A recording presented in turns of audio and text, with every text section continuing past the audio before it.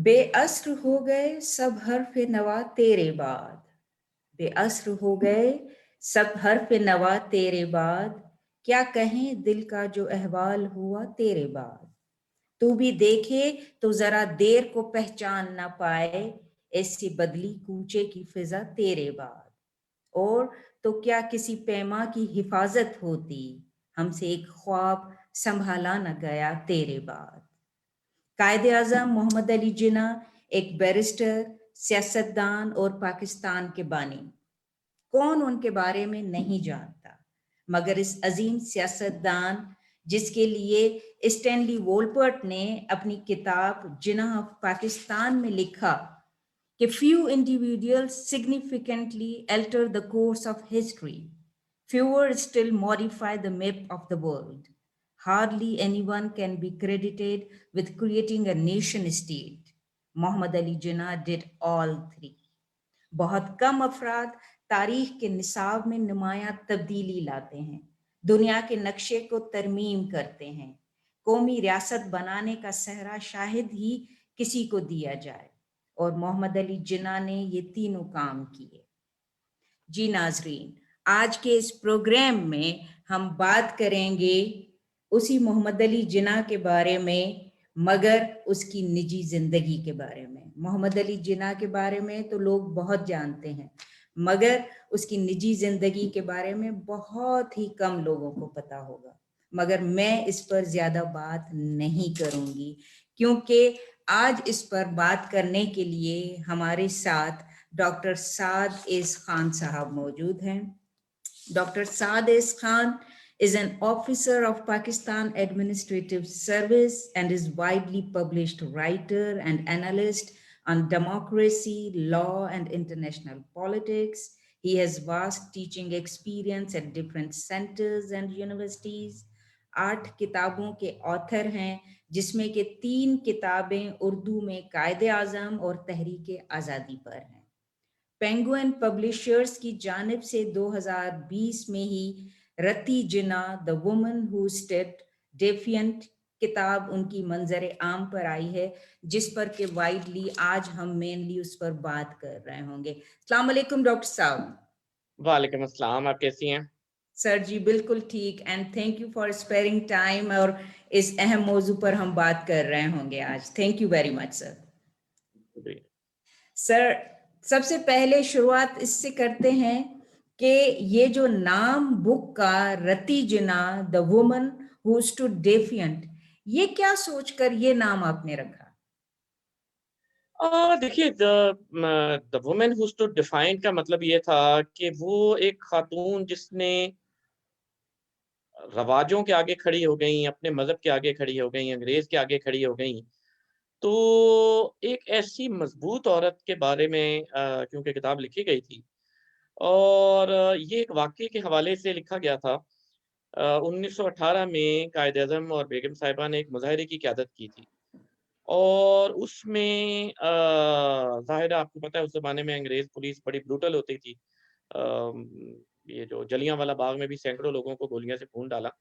तो उस ज़माने में पुलिस के आगे डिफाइंस शो करना इतना आसान नहीं था। तो पुलिस ने कहा कि जी आप सब लोग डिस्पर्स हो जाएँ। तो जुलूस के बेतहाशा लोग थे 25-30 हज़ार, उनमें से कुछ भागे भी। लेकिन औरत एक ही थी और वो बेगम जिन्ना थी और वो खड़ी रहीं। तो इस मंज़र को अपने ज़हन में विजुअलाइज़ करके, मंज़रकशी करके, मैंने ये किताब का टाइटल रखा Mrs Jinnah the woman who stood defined. Wonderful wonderful. Sir, आज जो है बस हम यही चाहेंगे और आपसे ही सुनना चाहेंगे कि रति जिन्ना के हवाले से हमारे जो नाजरीन हैं उनको भी आप बताएं, और ये जो बुक आपने लिखी है इस पर समझें कि एक किस्म का आपका खुद अपने ही बुक पर आपका हम जो है वो तबसरा या जायजा आपकी ज़बानी ही सुनना चाह रहे हैं। Please sir. जी, ज़रूर। मैं कुछ आपको स्लाइड्स दिखाऊँगा बेगम साहिबा की लाइफ़ के बारे में। तो ये हम इनको विजुअली देखने के काबिल होंगे, किताब में ज़ाहिर है लफ्ज़ों से मंज़रकशी की जाती है। हम्म। प्रेज़ेंटेशन में मैं आपको कुछ तस्वीरों से बताऊँगा कि मैंने इस किताब में क्या लिखा है। सबसे पहली बात कि किताब लिखने की वजह क्या थी? जैसे अभी कल यौम पाकिस्तान की परेड थी और तहरीक पाकिस्तान के बहुत से रहनुमाओं की तस्वीरें मिली नगमों में और स्टिकर्स पे और बच्चों के पोस्टर्स पे सामने नज़र आ रही थी और किसी की नीचे नाम लिखने की ज़रूरत नहीं थी। बिल्कुल। चौधरी रहमत अली की तस्वीर आप ऊपर टॉप लेफ्ट पे देख सकते हैं। किसी तारुफ़ के मोहताज नहीं, मौलाना मोहम्मद अली जौहर, अल्लामा इकबाल, सर सैयद अहमद खान, फ़ातिमा जिन्ना। लेकिन मुझे इस बात पे बड़ा एक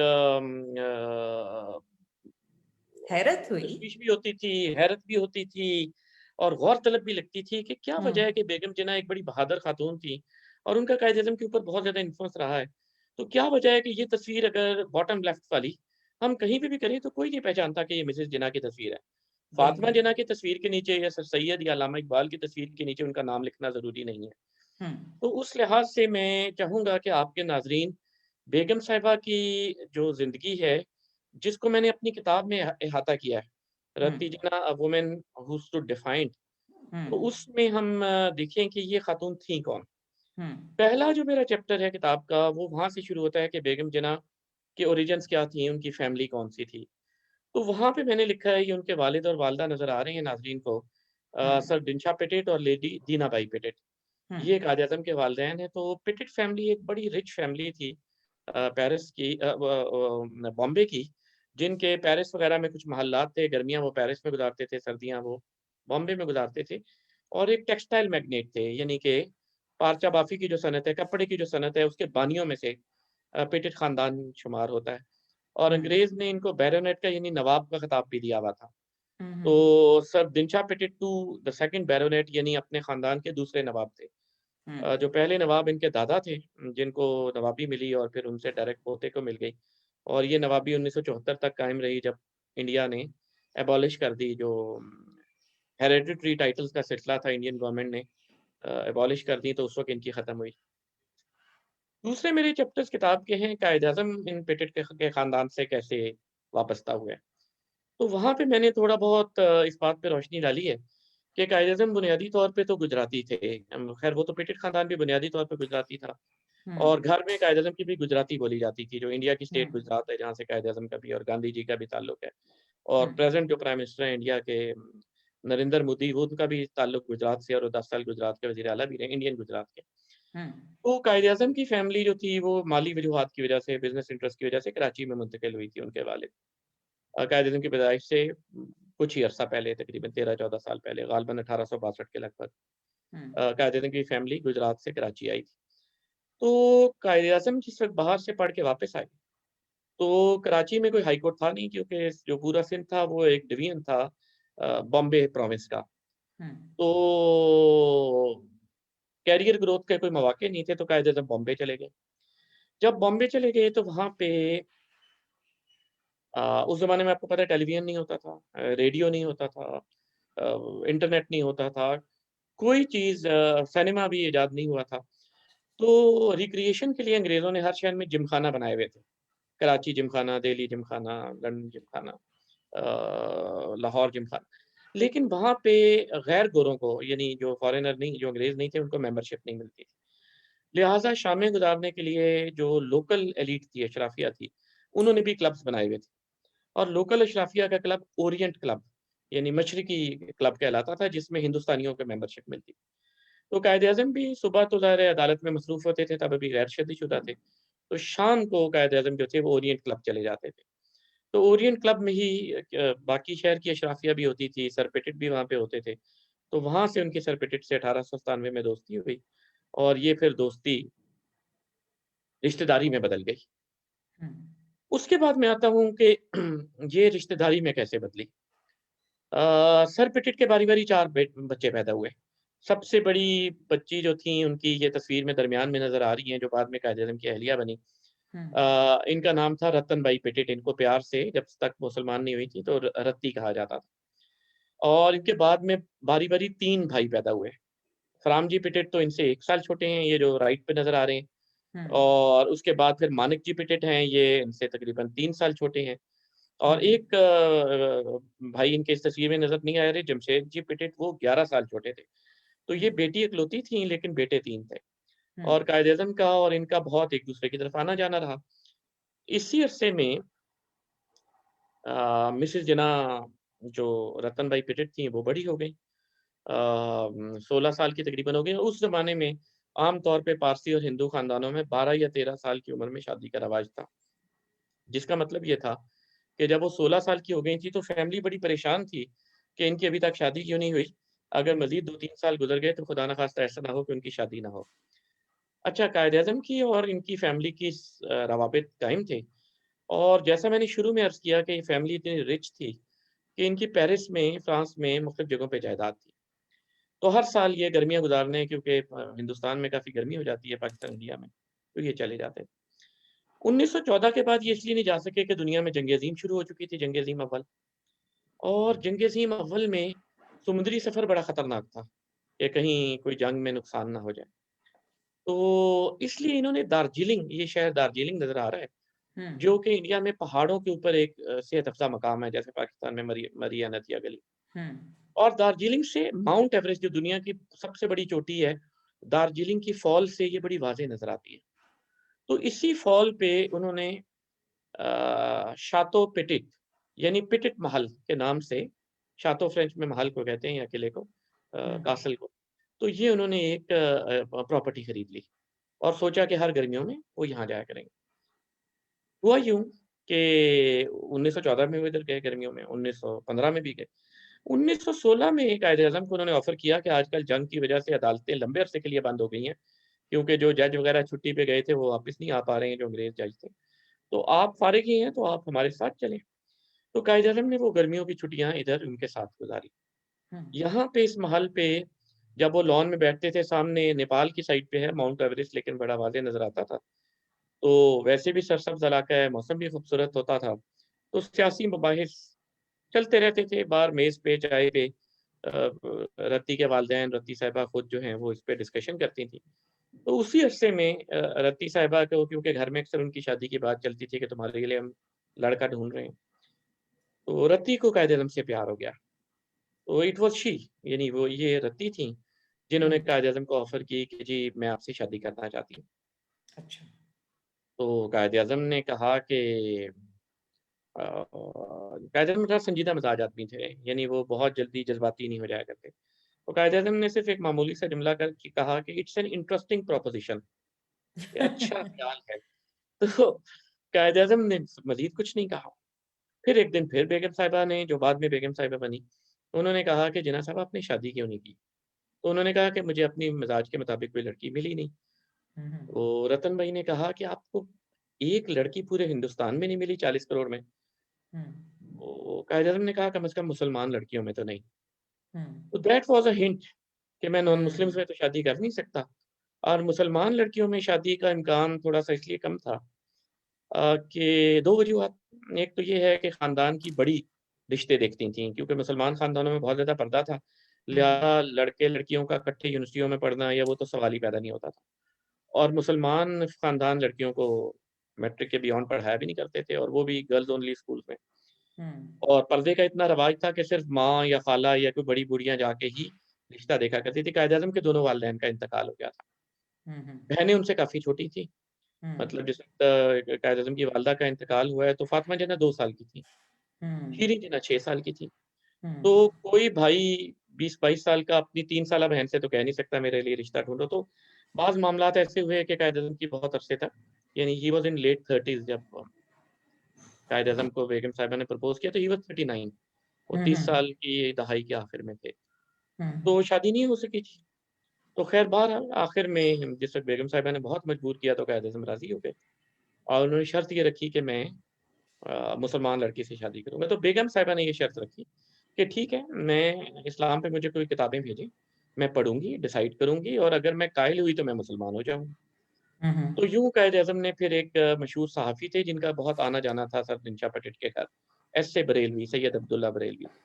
तो उनके ज़रिए कायद-ए-आज़म ने इस्लाम पे कुछ किताबें भिजवाईं। बाज़ किताबों में है कि अपनी बहन शीरीन जिन्ना के हाथ भिजवाईं। बहरहाल तो चंद माह में उन्होंने पढ़ ली और उसके बाद वो इस बात पे राज़ी हो गईं हुँ, कि मैं आपसे शादी करूँगी। अच्छा, इस यानी अरसा में कन्वर्ट हो जाएँगे। ये जी के कन्वर्ट हो जाऊँगी और फिर हुँ, शादी भी करूँगी और पहले कन्वर्ट भी हो जाऊँगी। ओके, इस अरसे में एक बड़ा मशहूर वाक़या पेश आया, उसे कहते हैं लखनऊ पैक्ट। कायद-ए-आज़म ने मुस्लिम लीग के बिहाफ़ पे और तिलक ने बाल गंगाधर तिलक जो कांग्रेस के मशहूर रहनुमा थे, बाद में इंतकाल कर गए 1920 में।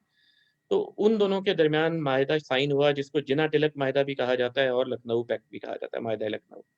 हुँ, तो इसमें कायद-ए-आज़म ने जाना था as leader of the Muslim League delegation hmm, from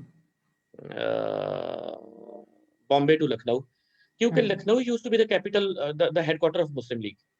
all India Muslim League का जो हेड ऑफिस था वो लखनऊ में हुआ करता था। हुँ, 1940 की दहाई में ये कहीं आके दिल्ली शिफ्ट हुआ है। अदरवाइज़ ट्रेडिशनली कांग्रेस जो पार्टी थी उसका हेड ऑफिस बॉम्बे में होता था और ऑल इंडिया मुस्लिम लीग का लखनऊ में होता था। हुँ, वहीं पे इजलास होना था। तो रतन भाई ने अपनी वालिदा से ज़िद की कि भई मैं भी उधर जाऊँगी और वो जो हैं वो ज़िद करके चली गईं। तो वह वहाँ रोज़ कायद-ए-आज़म को देखती थी इन ऑल हिज़ ग्लोरी के कायद-ए-आज़म छाए हुए थे 3 दिन की मीटिंग में। हर वक़्त स्टेज पे तकारीर हो रही हैं, सारा कुछ और कायद-ए-आज़म मुस्लिम लीग के सरबराह थे और वो जो हैं कांग्रेस के उस वक़्त तिलक होते थे, गांधी जी का तो तब आला सियासी नामों में नाम ही नहीं था। हुँ, तो बस उसके बाद मोहब्बत बढ़ी और अल्टीमेटली कायद-ए-आज़म ने उनके वालिद को मैसेज भिजवा दिया। वो किस्सा भी दिलचस्प है। कहा जाता है कि उन्होंने कहा कायद-ए-आज़म ने इनके वालिद से कि आपका इंटरफ़ेथ मैरेजेज़ के बारे में क्या ख़्याल है? हुँ, बैनुल मज़ाहिब शादियों पे तो उनके हुँ, वालिद ने सर नीचा पटक ने कहा ये तो बहुत ही अच्छा आइडिया है। हुँ। इससे तो हम-आहंगी बढ़ेगी मुख़्तलिफ़ कम्युनिटीज़ में। तो कायद-ए-आज़म ने कहा मैं आपकी बेटी से शादी करना चाहता हूँ, तो वो नाराज़ हो गए। तो उन्होंने कहा नहीं ये तो नहीं होने दूँगा मैं। हुँ, तो इस तरह हुआ और फिर उनके वालिद साहब ने एक कोर्ट से हुक्म इम्तनाई हासिल कर लिया कि जब तक बेटी बड़ी नहीं होती 18 अच्छा। साल की नहीं होती तब तक वो 17 की हो चुकी थी। हुँ, तो ये एक मेरी बेटी को मना किया है कि वो ना घर से बाहर निकलें और ना जिन्ना साहब से मिलें। ख़ैर हुँ, साल इस तरह गुज़र गया हुक्म इम्तनाई में। बेगम साहिबा तो उसको बहुत नाराज़ थीं कि नहीं हम रसूम और रवाज तोड़ के एक-दूसरे से मिलेंगे, लेकिन कायद-ए-आज़म ने उनको यही मशवरा दिया कि कानून का एहतराम सबसे बेहतर ऑप्शन है। हुँ, उन्होंने कहा कि हम कानून के ऊपर कोई कॉम्प्रोमाइज़ एहतराम पे इंशाअल्लाह नहीं करेंगे और कायद-ए-आज़म ने अपनी बहन के हाथ पैगाम भिजवाया कि आप मिलने की कोशिश भी नहीं करेंगी। 1 साल के बाद वालिद ने समझा कि शायद अब ये भूल-भुला चुकी होगी, बच्ची का जोश था साल पहले अब शायद नहीं रहा होगा। हुँ, लेकिन जब वो 18 साल की हुईं तो अपने घर से बाहर निकलीं और 300 गज़ आगे कायद-ए-आज़म का घर था हुँ, और वहाँ पे वो तशरीफ़ लाईं हुँ, और कायद-ए-आज़म के एक दोस्त थे उमर सुबहानी वो पहले से ही तयशुदा था कि उमर सुबहानी और उनकी अहलिया जो हैं वो इनको लेके जाएँगे जामे मस्जिद अहले सुन्नत। बॉम्बे में हुँ। एक ही अहले सुन्नत की मस्जिद थी, जो कांग्रेस के बड़े मशहूर सदर रहे हैं अबुल कलाम आज़ाद। जी, तो बिल्कुल। उनके वालिद साहब थे मौलाना खैरुद्दीन उन्होंने बनवाई। तो वहाँ पे अच्छा। जाके उन्होंने इस्लाम कबूल किया और अगले दिन उनका निकाह हुआ और निकाह का ये जो डीड है ये तकरीबन तमाम किताबों में पाई जाती है हुँ, और ये डीड अभी भी एग्ज़िस्ट करती है। अच्छा, और ₹1000 हक़ महर और 1,25,000 का तोहफ़ा उन्होंने दिया। अच्छा। 1,25,000 का तोहफ़ा 1918 में जब ₹10 तोला सोना था। हुँ, आजकल हुँ, 1,18,000 तोला सोना है। तो आप समझ लीजिए कि सवा अरब रुपए का एक तोहफ़ा दिया गया और हुँ, उसका अगर आप ₹1,000 उस ज़माने के लिहाज़ से महर समझें तो ये आप आजकल के लिहाज़ से इसे समझिए कि 1 करोड़ रुपया महर था और सवा अरब रुपया जो है वो कायदे-आज़म ने महर के अलावा तोहफ़े में दिया जो कि निकाह नामे पे दर्ज है। हुँ, और उसके बाद एक नई शुरुआत हुई। फिर मेरी किताब के अगले 4 चैप्टर कायद-ए-आज़म की शादीशुदा ज़िंदगी पे बात करते हैं।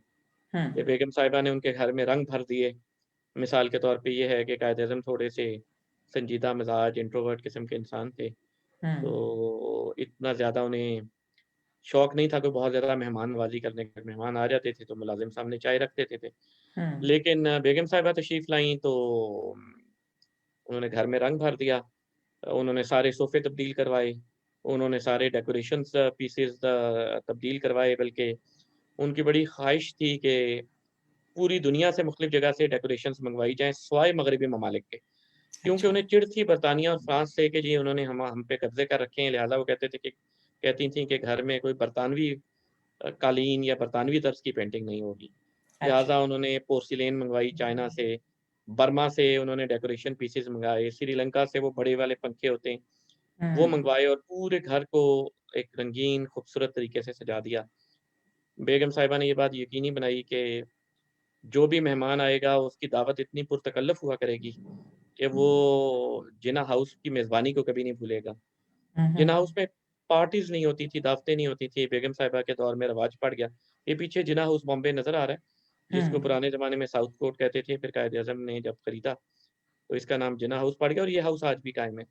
और इंडिया और हम्म। पाकिस्तान के दरमियान लिटिगेशन चल रही है। पाकिस्तान गवर्नमेंट की दरख्वास्त है कि ये हमें दे दिया जाए। गवर्नमेंट ऑफ हम्म। पाकिस्तान को हम इसकी कीमत देने को तैयार हैं, हम्म। मार्केट वैल्यू देने को तैयार हैं, लेकिन पाकिस्तान की का जो कौंसल खाना है, वो दिल्ली में सॉरी बॉम्बे में इसी बिल्डिंग में हो। क्योंकि अच्छा। जो दिल्ली में हमारा हाई कमीशन है, जो हमारी एम्बेसी है, सफारतखाना है, वो लियाकत हम्म। अली खान हाउस में है। अच्छा। यानी लियाकत अली खान का जो बंगला था, वो अब हम्म। हमारे एम्बेसडर के ज़ेर इस्तेमाल है, हाई कमिश्नर के।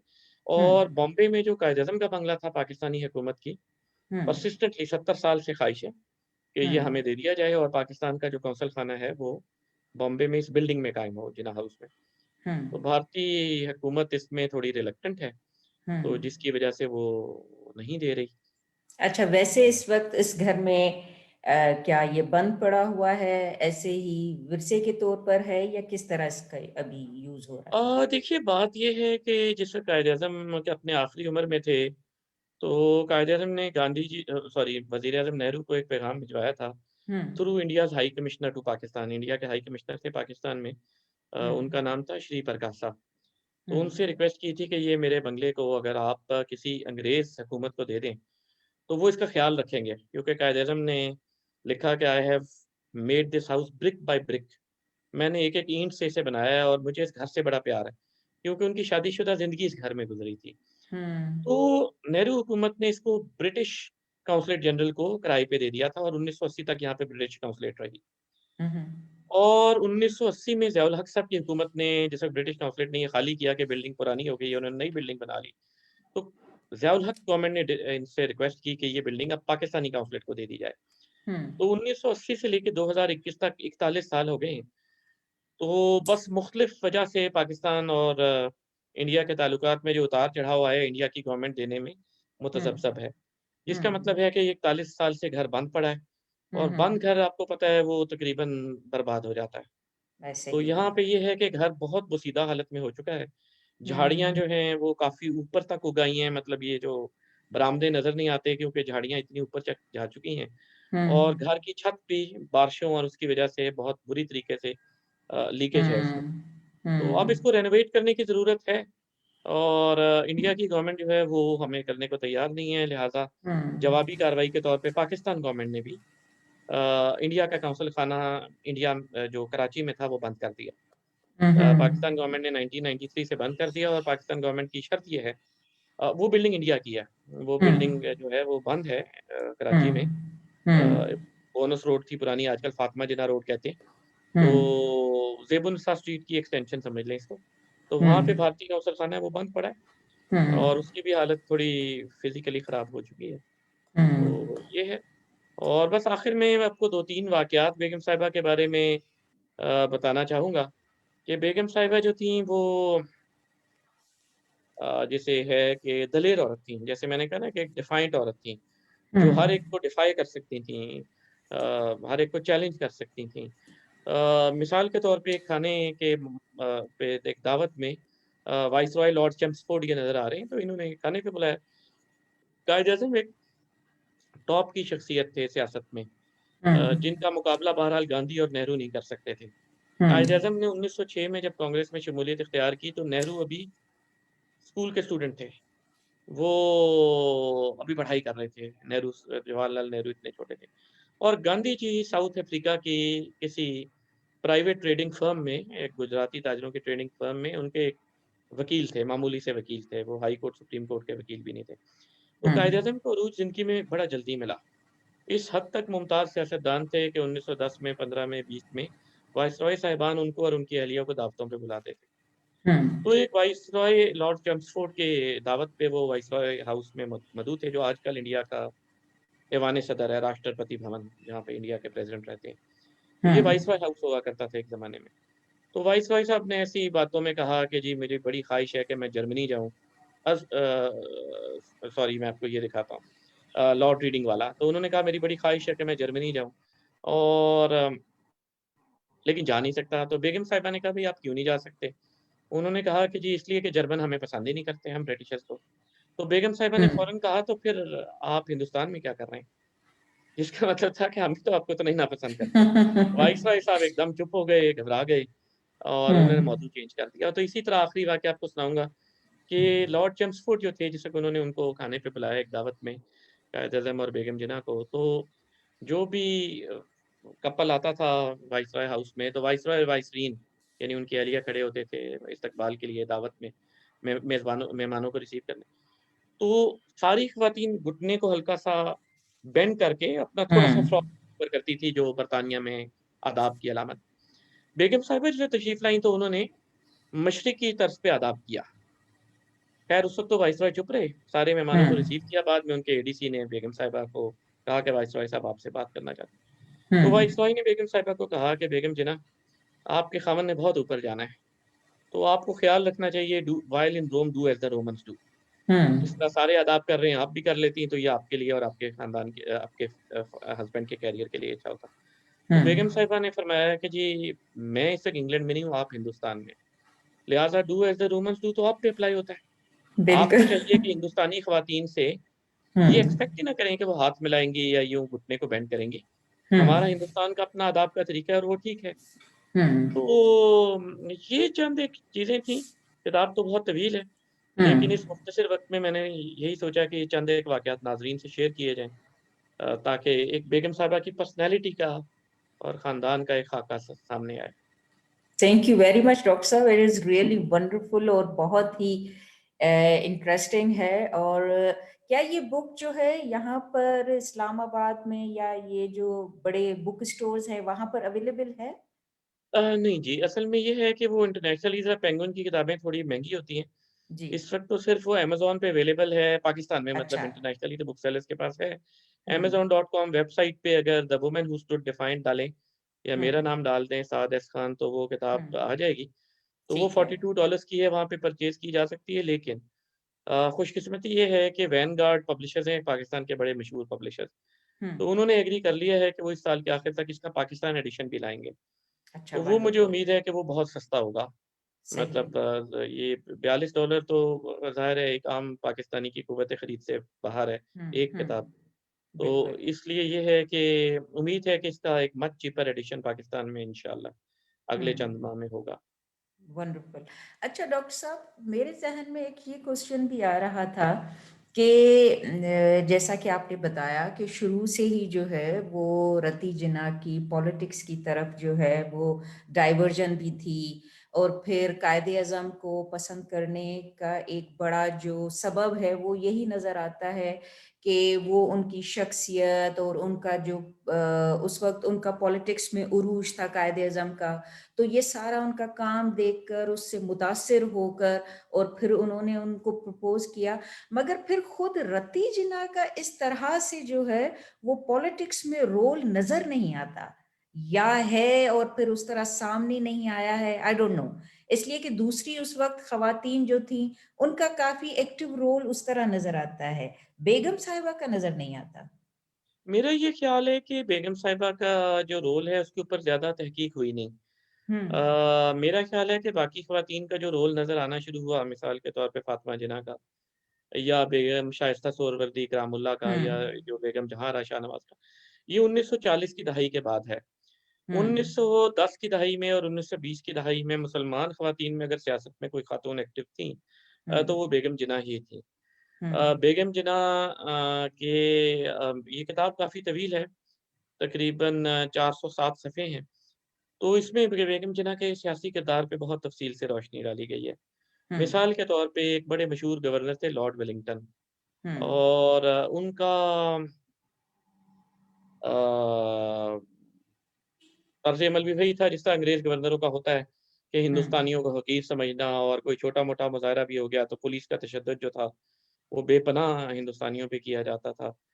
तो जब लॉर्ड वेलिंगटन जाने लगे तो उनके बाज़ खुशामदीयों ने उनकी याद में एक मुजस्समा बनाने की करारदाद पेश करना चाहिए कि बॉम्बे के टाउन हॉल में वो करारदाद पेश करेंगे कि बॉम्बे के शहरी जो हैं, वो लॉर्ड वेलिंगटन से इज़हार तशक्कुर के तौर पे उनकी याद में एक मुजस्समा बनाना चाहते हैं। तो बेगम साहिबा ने फरमाया कि ये तो हम नहीं बनने देंगे और वो फिर मुख्तलिफ सियासी जलसों में उन्होंने कॉर्नर मीटिंग से खिताब किया और अल्टीमेटली 10 दिसंबर को 25,000 का मजमा इकट्ठा करने में कामयाब हो गई। उस जुलूस की उन्होंने क़यादत की। पुलिस ने उस जुलूस पे तशद्दुद भी किया, उसके ऊपर वाटर कैनन्स भी फेंकी, लेकिन बेगम साहिबा आगे से नहीं हटीं। तो वो बड़ा मशहूर वाक़या है और उसपे लोग इतने मुतासिर हुए कि बॉम्बे के शहरियों ने ₹1 फंड एक कायम किया कि हर बंदा जो अफ़ोर्ड कर सकता है वो ₹1 दे दे और ₹65,000 जमा हो गए और ₹65,000 से पीपल जिना हॉल एक बनाया गया और वो पीपल्स जिना हॉल आज भी कायम है। तो वो बेगम साहिबा की बहादुरी की याद में है। इसी तरह जब जलियांवाला बाग पे मैसेकर हुआ, कत्लेआम हुआ 13 अप्रैल 1919 को, तो बेगम साहिबा ने फंड रेज़िंग की कि उनकी याद में एक मेमोरियल बनाया जाए जो शोहदाए जलियांवाला बाग हैं। तो ये उनकी एक बहुत बड़ी पॉलिटिकल कंट्रीब्यूशन थी और वो फिर मॉन्यूमेंट बनाया गया और वो आज भी कायम है जलियां बाग के अंदर, अमृतसर में। इसी तरह एक सहाफ़ी को हॉर्नीमन एक बहुत मशहूर प्रो इंडिपेंडेंस सहाफ़ी थे अंग्रेज़ बरतानवी थे लेकिन वो हुकूमत की पॉलिसीज़ के खिलाफ लिखते। हुकूमत ने उनका पासपोर्ट ज़ब्त करके उनको इंडिया बदर कर दिया। तो उसके मुज़ाहिरों की क़यादत करती भी हमें बेगम साहिबा नज़र आती। तो कहने का मकसद ये है कि उस किताब में बहुत तफ़सील से लिखा हुआ है कि बेगम साहिबा बहुत दफ़ा जो है, वो एक्टिव सियासत में रही हैं और पुलिस का सामना भी उन्होंने किया है कॉलोनियल पुलिस का और एक दफ़ा जेल जाते-जाते बची हैं और सिर्फ़ इसलिए छोड़ दिया पुलिस ने कि खातून भी थीं और एक अहम सियासी रहनुमा की अहलिया थी। तो otherwise she was as long as she was alive वो बड़ी जल्दी उनका इंतकाल हुआ। 29 साल की उम्र में वो पेट के सरतान की वजह से इंतकाल कर गईं। ओहो! तो अगर वो इतनी जल्दी इंतकाल ना किया होता, हुँ, तो वो उनका किरदार शायद ज़्यादा मौरख़ों की नज़र में रहता। हुँ, लेकिन ये है कि जब तक वो ज़िंदा रहीं हुँ। वो सियासत में एक्टिव रहीं। अच्छा डॉक्टर साहब थोड़ा-सा जो है वो अभी तशनगी ये बाकी है कि उनकी फिर कायदे-आज़म की, रती जिन्ना की जो मैरिटल लाइफ़ है वो कैसी रही? और क्या जो है कहीं जो है मैंने ये भी पढ़ा था कि आखिर में शायद उनकी सेपरेशन हो गई थी और चूँकि कायदे-आज़म फिर इतने एक अहम पॉलिटिकल फिगर बन चुके थे, फिर ज़ाहिर है पाकिस्तान बनने की भी बातें हो रही थी, तो वो शायद मज़हब और ये सारी चीज़ें या फिर उस तरह से वो वक़्त नहीं दे पाते थे फैमिली को, तो ये सारे इश्यूज़ हुए और फिर क्या सेपरेशन हो गई थी उनकी या ये सारा किस तरह है? देखिए, बुनियादी तौर पे ये है कि कायदे-आज़म ने जिस तरह अपनी बेगम के लाड उठाए, शायद ही किसी ख़ावंद ने अपनी बीवी के साथ को इतना पैम्पर किया हो और ये मैं नहीं कह रहा, ये उस वक़्त के बहुत ज़्यादा मौरख़ीन कह रहे हैं। हुँ, मिसाल के तौर पे एक एमसी छागला, एक बड़े मशहूर इंडिया में चीफ़ जस्टिस भी गुज़रे हैं। जी, महाराष्ट्र हाई बिल्कुल। कोर्ट के वो कायदे-आज़म के साथी वकील भी रहे हुँ, हैं। वो अपनी किताब में रोज़ेज़ इन दिसंबर उनकी सावनी-ए-हयात है 1973 में पब्लिश हुई, बेगम साहिबा के फ़ौत होने के तकरीबन निफ़ सदी बाद। तो उसमें भी उन्होंने लिखा कि the way Jinnah used to treat his wife so lavishly that I haven't seen anybody else. हुँ, यानी एग्ज़ैक्ट लफ्ज़ तो मुझे याद नहीं है लेकिन तकरीबन उनका मफ़हूम यही है कि जितना लाड कायदे-आज़म उठाते थे, मैंने किसी मर्द को औरत को अपनी बीवी का लाड इतना उठाते नहीं देखा। मिसाल के तौर हुँ, पे बेगम साहिबा बाज़ार जाया करती थी और कई दफ़ा 1-1 लाख रुपया उस दौर का 1-1 लाख रुपया की शॉपिंग करके आ जाती थीं और कायदे-आज़म जो थे ज्वेलरी की वो बेगम साहिबा को शौक था और कायदे-आज़म ने ज़िंदगी में कभी ये नहीं पूछा कि भई ये इतनी शॉपिंग क्यों हुई है या क्या? या मिसाल के तौर पे उस ज़माने में 4 कनाल का बंगला बॉम्बे में ₹50,000 में आ जाता। कायदे-आज़म और बेगम साहिबा हनीमून के लिए कश्मीर गए। हुँ, कश्मीर में डल लेक जो है श्रीनगर पे उधर एक हाउस बोट्स होती हैं। हुँ, शिकारा उन्हें कहते हैं वो बोट होती है लेकिन हाउस भी होता है, यानी बोट के ऊपर ही बेडरूम, वॉशरूम वगैरह होता है और वो मतलब मूविंग होटल्स आप कह लें, पानी के अंदर चलती भी है कश्ती है और हुँ, आप हुँ, उसमें रहते हैं। तो कायदे-आज़म को वो बेगम साहिबा को लेके गए 1 हफ्ते के लिए।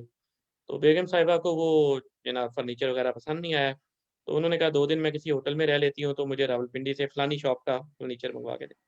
तो हुँ। उन्होंने 7 दिन रहने के लिए ₹50,000 ओह माय 1926 के गॉड! ₹50,000 स्पेंड कर लिए और कायदे-आज़म के हुँ, माथे पे कभी शिकन नहीं आई। इट्स तो कहने का एक्सेप्शनल। मकसद एक्सेप्शनल, बिल्कुल। जी, बिल्कुल। और जो दूसरी बात आपने की कि टाइम ना दे पाना, वो बात दुरुस्त है। क्योंकि कायद-ए-आज़म जो थे वो बहुत ज़्यादा बिज़ी इंसान थे और कभी हुँ, उनकी बॉम्बे में मीटिंग हो रही है, कभी दिल्ली में हो रही है, कभी कलकत्ता में हो रही है और उस ज़माने में जहाज़ तो थे नहीं, यानी इंटरसिटी जहाज़ तो चलते नहीं थे, ट्रेन पे जाना पड़ता था 32-34 घंटे एक हुँ, तरफ का। कायद-ए-आज़म की मसरूफ़ियात की वजह से बेगम साहिबा को कुछ गिला रहता था। तो हुँ, अलैदगी का किस्सा कुछ इस तरह से है कि कायद-ए-आज़म और बेगम साहिबा असेंबली के इजलास के लिए, जो सेंट्रल लेजिस्लेटिव असेंबली थी, मजलिस-ए-कानून साज़ कायद-ए-आज़म उसके तकरीबन 40 साल मेंबर रहे। हुँ, 1909 में पहली दफ़ा कायद-ए-आज़म मुंतखब हुए अपने हलके से, बॉम्बे मुस्लिम सेंट्रल की जो कॉन्स्टिट्यूएंसी, और 1947 में गवर्नर जनरल बनने तक तकरीबन हमेशा ही वो उसके मेंबर मुंतखब होते रहे, सिवाय 1920 के, हुँ, जब उन्होंने जलियांवाला बाग मैसेकर के एहतजाज में असेंबली का बायकॉट कर दिया था। हुँ, यानी हुँ, उन्होंने हिस्सा लेने से इनकार कर दिया था, अदरवाइज़ वो तकरीबन हमेशा उसमें इलेक्ट होते रहे।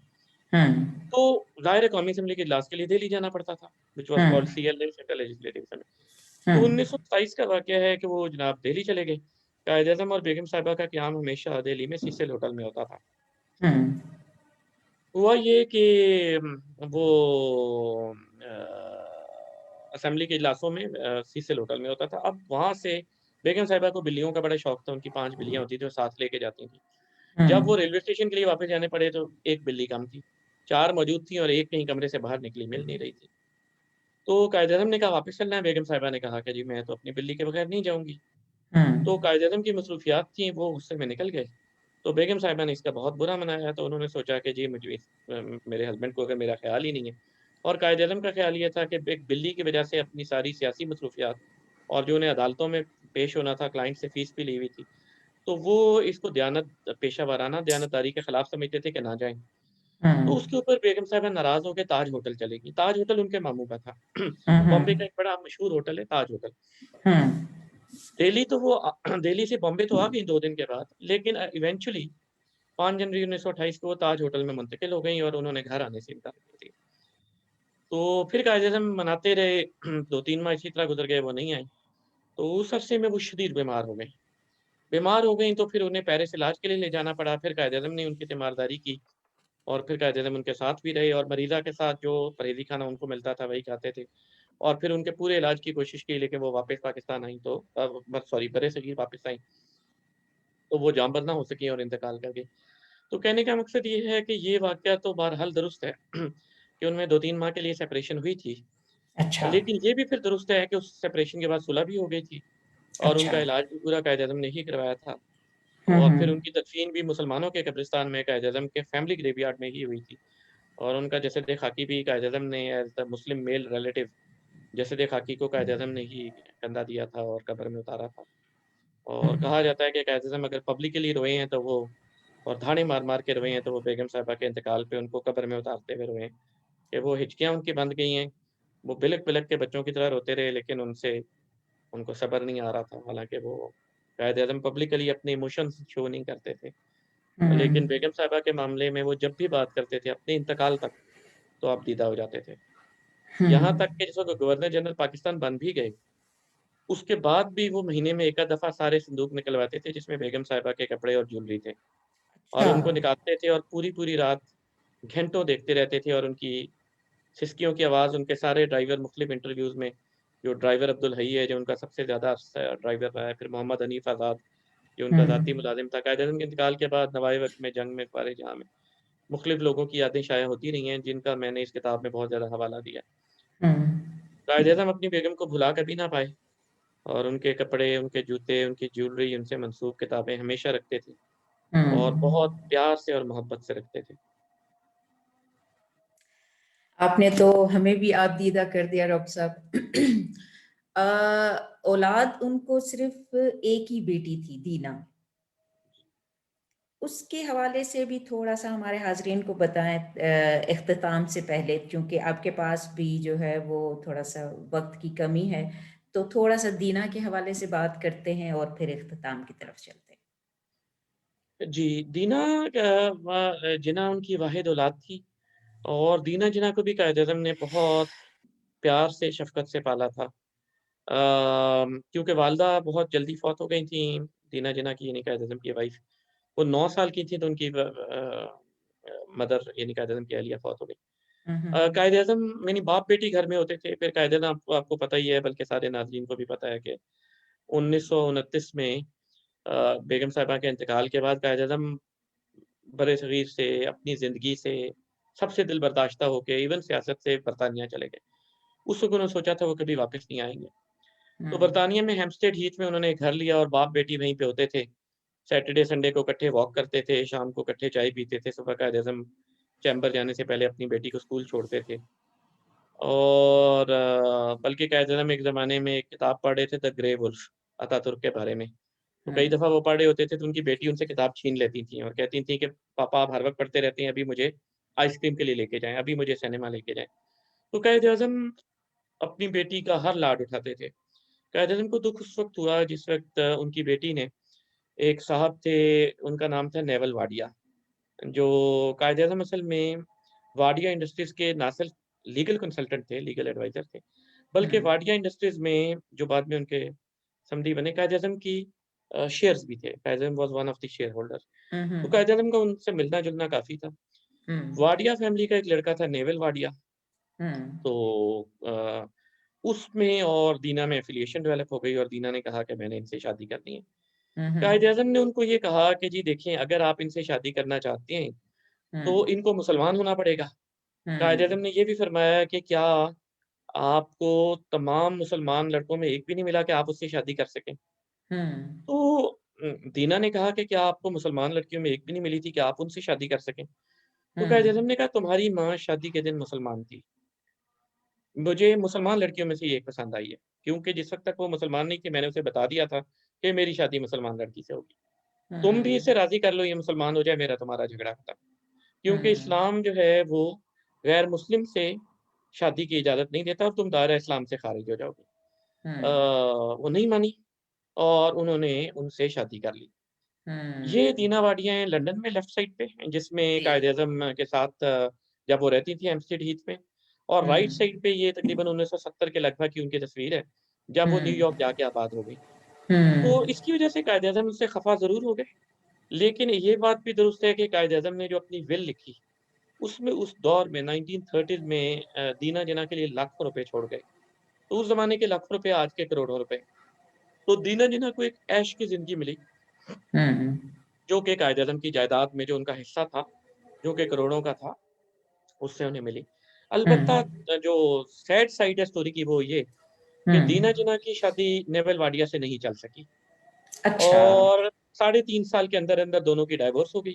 2 छोटे-छोटे हम्म, बच्चे भी थे, ये दीना वाडिया जब पाकिस्तान तशरीफ़ लाई हैं, तो पाकिस्तान बिल्कुल, ये मियाँ यूसुफ सलाहुद्दीन एंड अल्लामा इकबाल के नवासे राइट साइड पे। जी, ये इन्हें सल्लू की हवेली सलाहुद्दीन हवेली अंदरून लाहौर में दिखा रहे हैं। लेफ्ट हम्म, साइड पे ये स्पीकर पंजाब असेंबली थे उस वक़्त के, अब दोबारा स्पीकर पंजाब असेंबली हैं। जी, उस वक़्त वज़ीर आला पंजाब थे, चौधरी परवेज़ इलाही। जी, ये बेगम साहिबा को दिखा रहे हैं जो हम्म, पंजाब असेंबली में कुछ नवाज़रात दिखा रहे हैं।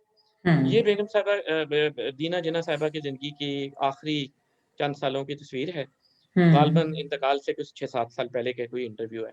इसमें इनकी हम्म, वालिदा रत्ती जिन्ना की तस्वीर पीछे नज़र आ रही है। हम्म, तो ये नेवल वाडिया जी और ये शादी की तस्वीर है। हम्म, नेवल वाडिया से जो दीना शादी कर रही हैं और ये नेवल हम्म, वाडिया का बुढ़ापे की तस्वीर है, यानी ये कायद-ए-आज़म के दामाद 1996 में इंतकाल कर गए थे। और ये जी कायद-ए-आज़म के नवासे हैं नुस्ली वाडिया, यानी दीना हम्म, वाडिया का टोटल एक ही बेटा है, नुस्ली हम्म, वाडिया, और ये उसकी वाइफ़ है मौरीन वाडिया। अच्छा, तो कायद-ए-आज़म का टोटल एक ही नवासा है और इनके आगे से हम्म, 2 बेटे हैं, यानी अच्छा, बड़ा बेटा नेस वाडिया है और छोटा हम्म, बेटा जो है वो जहांगीर वाडिया। ये जहांगीर वाडिया उसकी वाइफ़ सेलिना और उसके दोनों बच्चे हैं। तो कहने का मकसद ये है कि कायद-ए-आज़म की नस्ल जो है, वो बेटी से नवासा और नवासे के फिर आगे 2 बेटे हैं, वहाँ तक हम्म, चलती है।